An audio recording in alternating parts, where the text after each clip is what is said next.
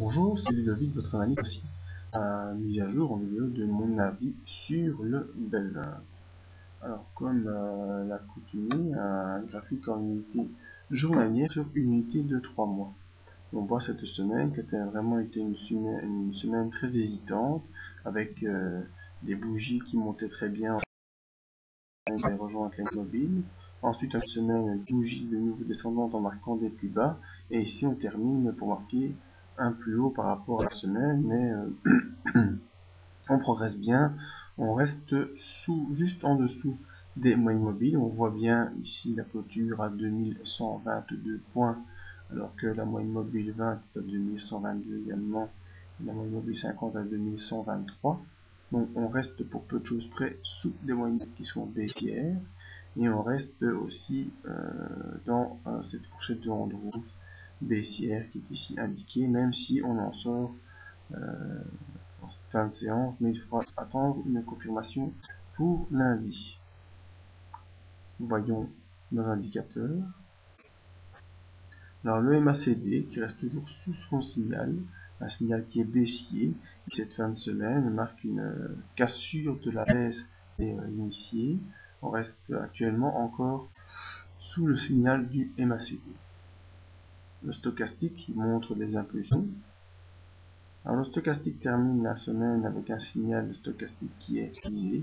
En effet, cette semaine était plutôt une semaine de stérilisation des coûts, il n'y a pas eu vraiment de tendance, ça montait un petit peu, et on termine la semaine avec une coupure du signal haussier, qui n'est actuellement pas franche, car le signal reste toujours horizontal.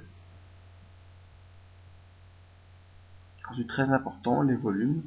Eh bien, on voit que depuis la mi-octobre, les volumes ont une tendance baissière assez marquée. Et on reste dans cette tendance baissière, et en cette fin de semaine, on a fait quelques rachats, mais les volumes sont toujours fortement baissiers, ce qui est aussi un signal de l'avis sur les marchés qui est plutôt vendeur sur le Belvinte.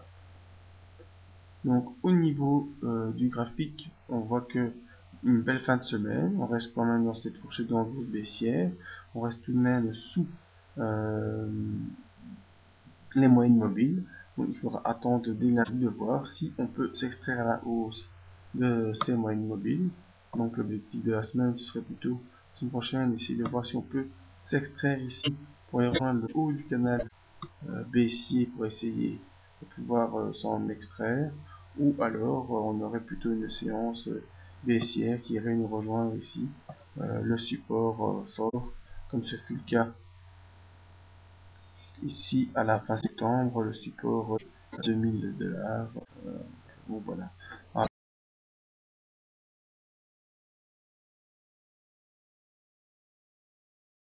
La séance qui permettrait de voir si on est plutôt en tendance haussière ou en tendance baissière.